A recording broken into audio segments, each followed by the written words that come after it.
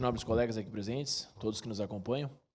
Vereador Iago, obviamente eu votarei contrário, mas eu resolvi me manifestar porque é o seguinte, está muito banalizado. Eu não faço parte da comissão do regimento interno, gostaria de ter feito, mas nós temos 2 membros do meu partido tem 5 parlamentares aqui na Câmara de Vereadores, então somente 2 parlamentares fazem parte dessa comissão.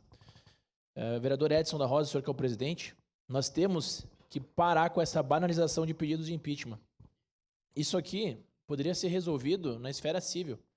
E aí esse cidadão vem e utiliza todo esse tempo, todo o mecanismo parlamentar, que a gente não está aqui de graça.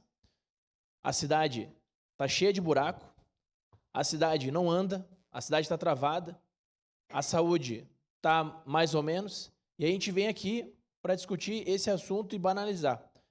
Eu não sei qual é o motivo, né, o que motivou isso, mas ao contrário do que os parlamentares falaram, eu acho que o advogado não orientou bem ele. Se ele tivesse orientado bem, teria lá na esfera civil. Por que foi colocar aqui um pedido de impeachment se isso não é para impeachment? Então, parece que foi bem, mas não foi. E aqui eu peço aos advogados, orientem o seu cliente a procurar a esfera civil. O juiz vai definir. Não cabe aqui a gente trazer a cada desavença na rua, a cada situação vai trazer um pedido de impeachment. Não é assim que funciona. Então tem que ler a lei. O advogado, por favor, releia a lei, né, que embasa esse pedido de impeachment para não banalizar essa situação. Senão a gente fica aqui perdendo tempo, né, perdendo tempo para votar uma coisa que é inconcebível, já é natimorto.